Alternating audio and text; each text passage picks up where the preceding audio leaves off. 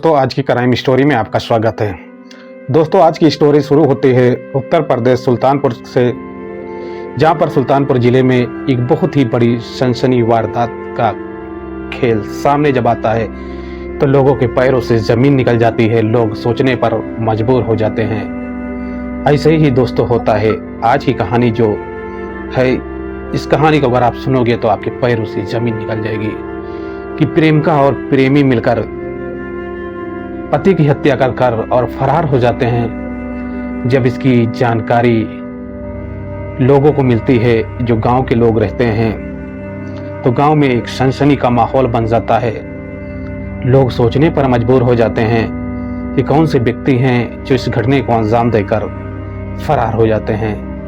तो चलते हैं दोस्तों, आज की कहानी हम समझने की कोशिश करते हैं। और आप लोगों से एक छोटा सी रिक्वेस्ट है कि अगर चैनल पर पहली बार विजिट किए हैं तो चैनल को लाइक और सब्सक्राइब और अपने दोस्तों फ्रेंडों में शेयर जरूर करना। दोस्तों, ये कहानी शुरू होती है सुल्तानपुर जिले से, जहां पर देखा गया है कि सुल्तानपुर एक जिले में एक छोटा से परिवार रहता है। परिवार में पति और पत्नी रहते हैं और उनके 3 बच्चे रहते हैं। हालांकि ये घटना बताया गया है कि चंदा थाना सुल्तानपुर, जहां पर एक छोटा से गांव लगता है, उस गांव का नाम बताया गया है कि किंदापुर। किंदापुर में एक महिला रहती है जिसका नाम पूंजा रहता है। पूंजा अपनी पति को बाजार भेजता है करती है कि बाजार जाना और मछली लेकर आना। हालांकि जो उसका पति रहता है महेश, वो बाजार जाता है लेकिन बाजार से जो है वापस नहीं आता। क्योंकि दोस्तों, जब महेश बाजार के लिए निकला था तभी उसकी पत्नी पूंजा अपनी प्रेमी जयशंकर को कॉल कर बताती है कि हमारा पति जो है बाजार आ रहा है और उसके साथ में कुछ ऐसा करना कि घर वापस ना आए। हालांकि प्रेमी जो जयशंकर रहता है इस बात को सुनता है और सुनने के बाद में इस मामले को काफी गहराई से लेता है।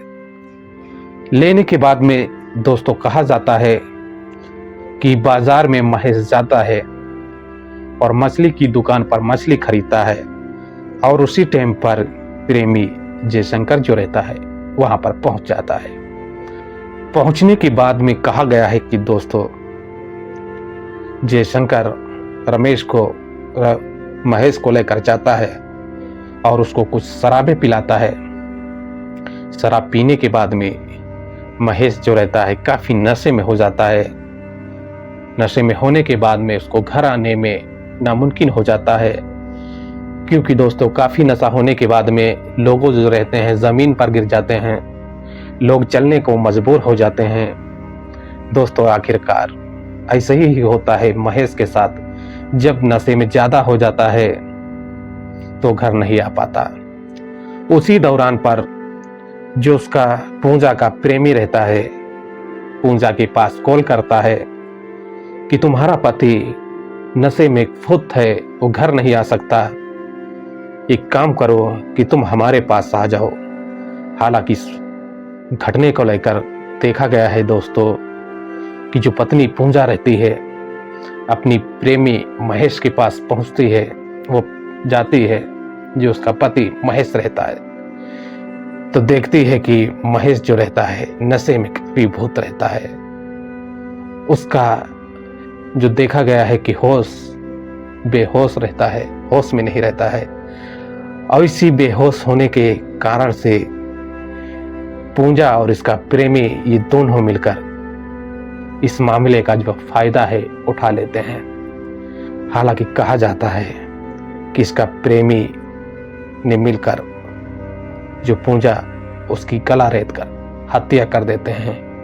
कहा गया है यहाँ पर कि जो पत्नी पूंजा रहती है उसके सीने पर काफी वार करती है। हालांकि महेश की जगह पे ही मौत हो जाती है। मौत होने के बाद में पत्नी पूंजा जो है घर वापस आ जाती है। प्रेमी जो रहता है वो अपने घर चला जाता है। जब थोड़ा टाइम गुजरता है तो पत्नी चीखने और चिल्लाने लगती है और लोगों से बताने लगती है कि मेरा पति बाजार गया था और बाजार से काफ़ी समय हो गया है, वापस नहीं आया है। तो इस बात की जब लोगों को जानकारी मिलती है तो लोग इधर उधर ढूंढने की तलाश करते हैं, लेकिन कहा जाता है कि महेश दुनिया से जा चुका था। हालांकि गांव के ही बाहर जब महेश की बॉडी मिलती है तो देखा जाता है कि उसकी हत्या हो चुकी थी, उसको मौत के घाट उतार दिया गया था। लेकिन दोस्तों, कहा जाता है यहाँ पर कि जब उसकी पत्नी पूजा जानती है तो रोने और चीखने और चिल्लाने लगती है कि हमारे पति की कौन ऐसी गत किया है और कौन लोग हैं जो हमारे पति को मौत के घाट उतारा है। जब पत्नी पूजा रोने चिल्लाने लगती है तो लोगों की काफ़ी भीड़ हो जाती है।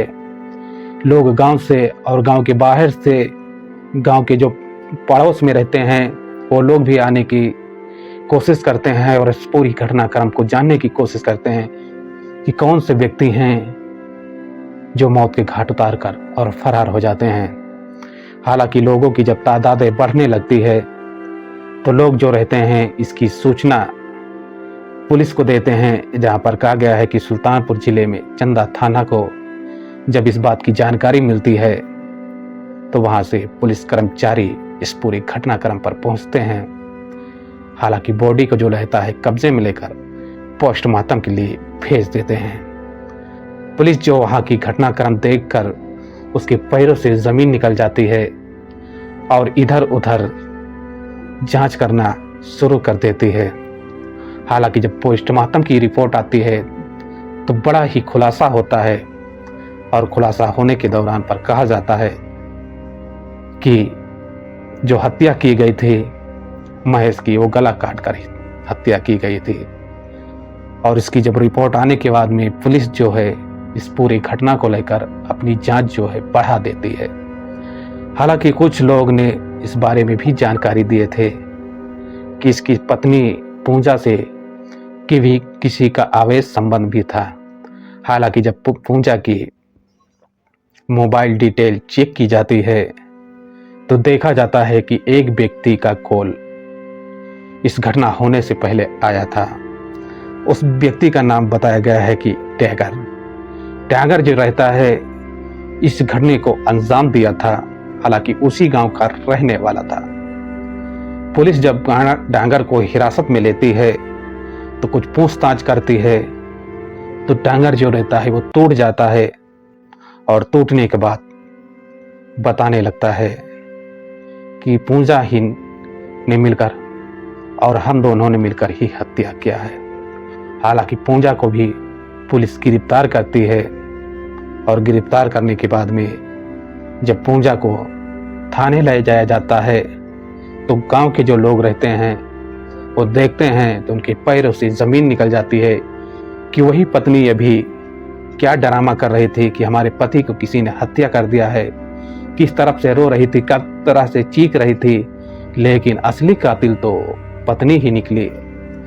हालांकि इन दोनों को जब जेल में लेकर जाया जाता है, जब पुलिस सख्ती से पूछताछ करती है तो पत्नी पूजा जो रहती है वो बोलने लगती है कि डांगर के साथ जो हमारा अफेयर है वो चल रहा था और एक दिन हमारा पति जो है महेश हमें रंगे हाथ पकड़ लेता है और उसी दिन पकड़ने के बाद में हम लोग एक बहुत ही बड़ा प्लान बना लेते हैं कि अपने पति महेश को रास्ते से हटाना है। हालांकि कहा गया है दोस्तों कि पत्नी ने ही असली कातिल है जो प्रेमी के संग मिलकर इस पूरी घटना को अंजाम देती है। दोस्तों, देखा गया है कि ये घटना का बताया गया है कि 4 सितंबर सन 2025 की है, जहां पर महेश की हत्या कर और पत्नी और उसका प्रेमी अपराधी हैं, जो इनको बताया गया है कि सुल्तानपुर पुलिस ने गिरफ्तार कर लिया है और इनके साथ कहा जाता है कि बड़ी सख्त कानूनी कार्रवाई की जा रही है। हालांकि यहाँ पर कहा जाता है और देखा भी गया है कि इनके पास जो 3 बच्चे हैं उनका क्या हाल होगा, जहाँ पर कहा गया है कि अभी बच्चे नाबालिग हैं जो उनको देखा गया है कि उनके सर से बाप का साया चला जाता है और जो माँ रहती हैं वो जेल में चली जाएंगी, तब उन बच्चों को कौन देखभाल करेगा। तो अपनी जो राय है दोस्तों, कमेंट सेक्शन में अपनी राय जो है ज़रूर देना, और ऐसी महिलाओं के साथ क्या होना चाहिए अपनी जो कमेंट है वो ज़रूर देना। चलते हैं दोस्तों, मिलते हैं एक नेक्स्ट कहानी के साथ। ये पूरी घटनाक्रम सुनाने का हमारा एक ही उद्देश्य रहता है कि आपको परेशान नहीं करना, बस आपको जागरूक और संकेत और सचेत करना है कि ऐसी घटनाओं से आपको सावधान रहना है। जय हिंद, जय भारत।